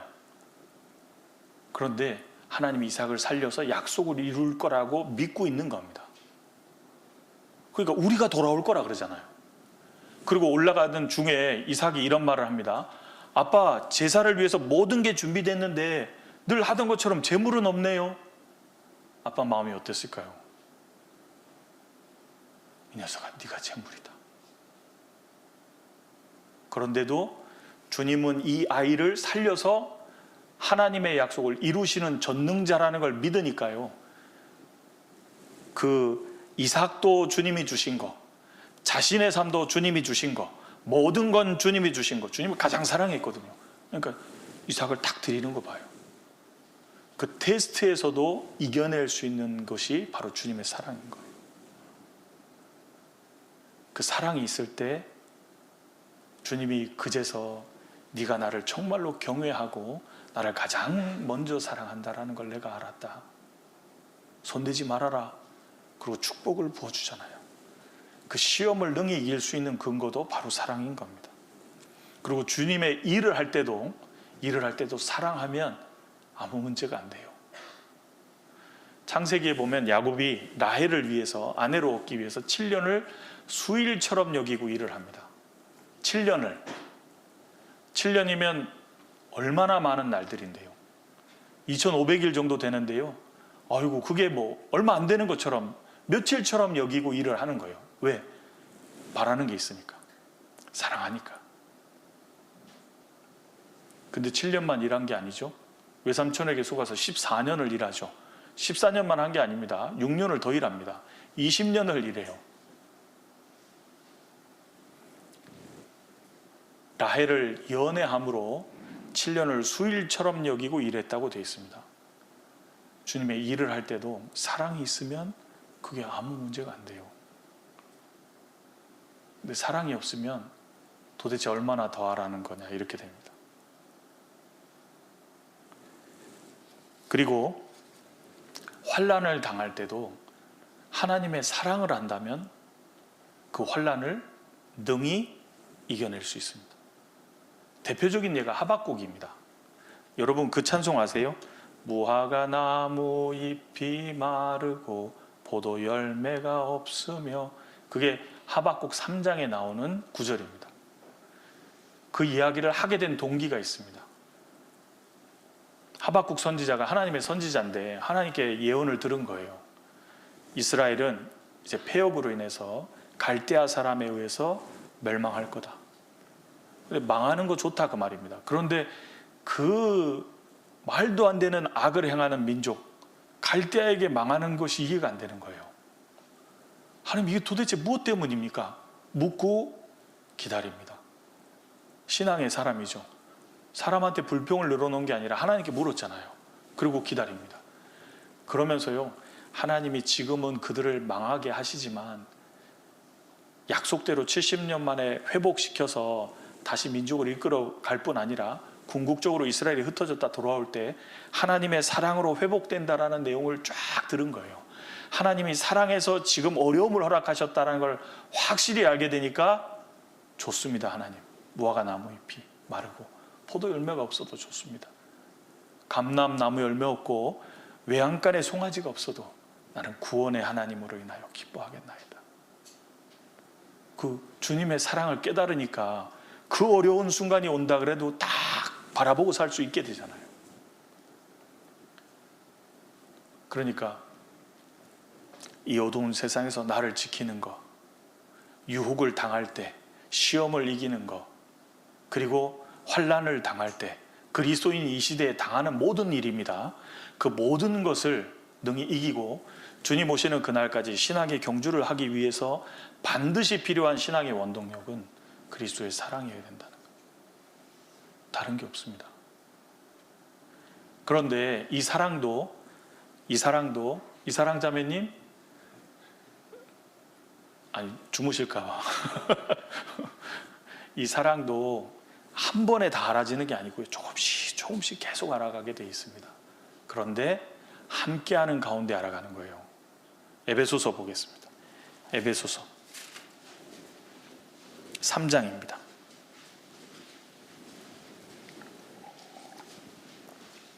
에베소서 3장 18절입니다. 18절, 19절